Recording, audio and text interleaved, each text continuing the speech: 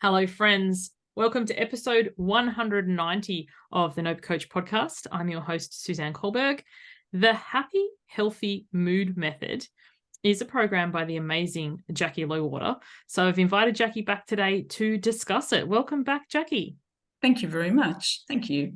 So I am curious. First question I'm going to ask, how did you come up with the name? It's a good question, actually. And it's funny you asked that because I've been a naturopath for, I don't know, like 17 years or something like that. I'm losing count. But even when I first started and I was just sort of, can I say, a general practitioner, my first little flyers that I made and printed off, it was all about living happy and healthy. So I think being happy has always been something that's so important to me. So, and then obviously being a naturopath, healthy. So the happy, healthy mood method just kind of seemed to evolve from all of that. And tell us about the program. So who's it for? Okay, so the program is for women who struggle with depression and anxiety or just depression, and they just want to feel better, whether they're on medications or not. The point is to feel better and overcome that depression at the end of the program. So what we do, and I think so many people have tried so many things and they think that they don't work.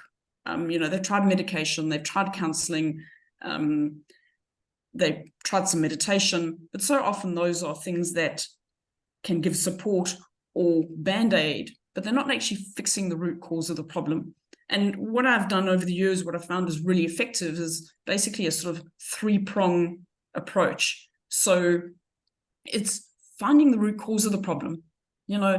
We can use the antidepressants and we can use the counseling and things, but it's not getting into the nitty-gritty of why our body is not making what it needs for a good mood.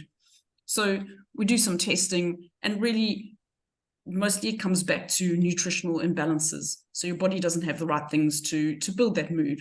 We used the analogy of a cake previously. If you've got your flour and your eggs, but you're missing the sugar and you've only got half the milk, you're not going to make a good cake. And it's a bit like that in your body. You need the right ingredients to make a good mood, and you need to work out. So we need to work out the root cause of what the problem is and what is causing those imbalances. And then we need to correct the imbalances. So step number one, I guess, is to find out what those imbalances are.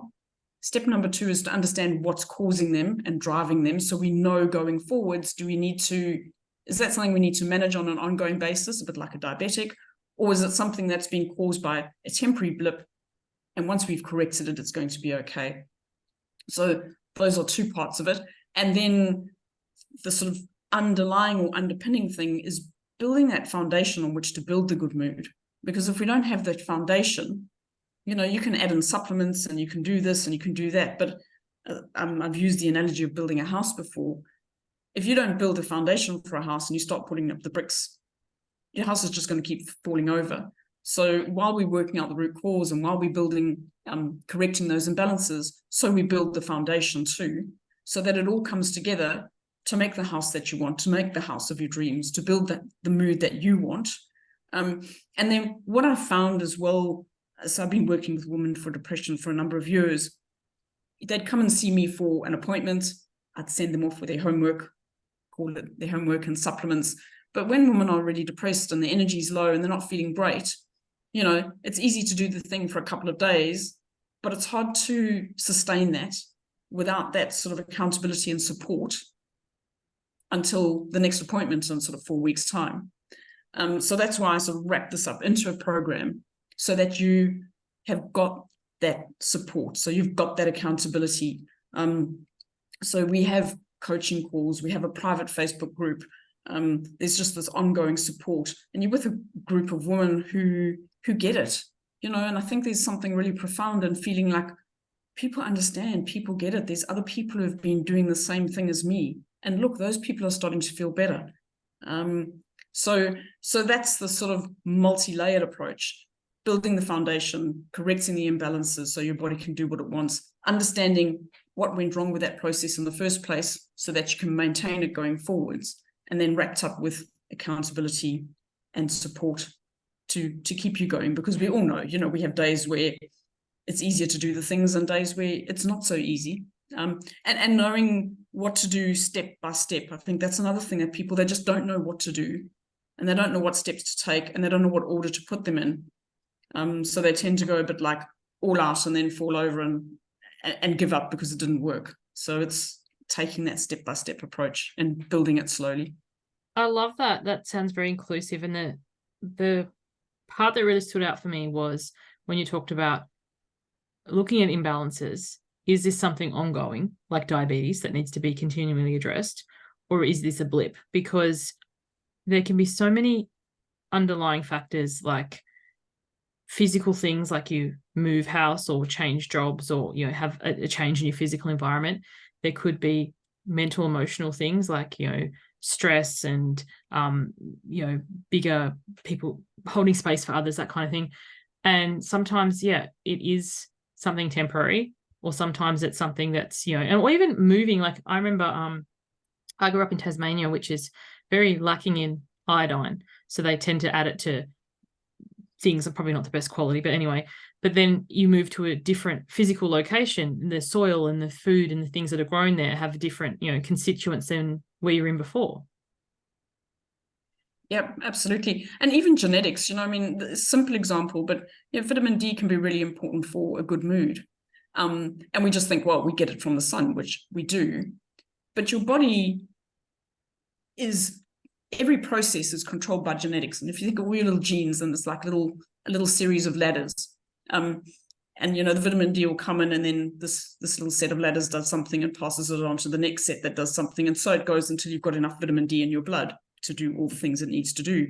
But for all of us with our genes, sometimes we've got wonky rungs on the ladders, and they might not work quite as well. And it's fine. The body finds a way around that.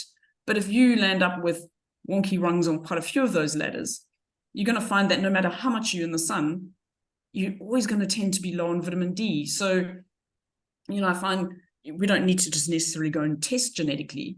But if you can get someone's vitamin D up and then stop for a while and leave it, if it drops back down, then you're likely to be one of those people who needs to just take a bit of vitamin D every day to keep your levels at a sort of optimal level, rather than, scraping the bottom of the barrel. And for some people, scraping the bottom of the barrel might not be a problem. But if you've got a low mood and your immune system's not great, then, it's important to keep it up. So everyone's a bit different, but also just understanding and knowing that. I love it. It's helpful. Yeah. Another thing you touched on in a conversation we had, and I don't think it was this episode, but in terms of testing for bloods and baselines, I think that's another thing that people often say to me is, I've been to the doctor and everything's normal. Doctors look at things from a very medical point of view. So they wait for it to be broken before it gets fixed. And they're also looking at things at a different level. So, when we're looking at it from a nutritional point of view, we're then drilling down to more individual nutrients rather than the bigger picture of how's your liver functioning or how your kidneys functioning. Typically doctors, yes, they might look at iron and vitamin D, but from a nutritional point of view, that's probably about it. And I'd say they're happy with things being in range.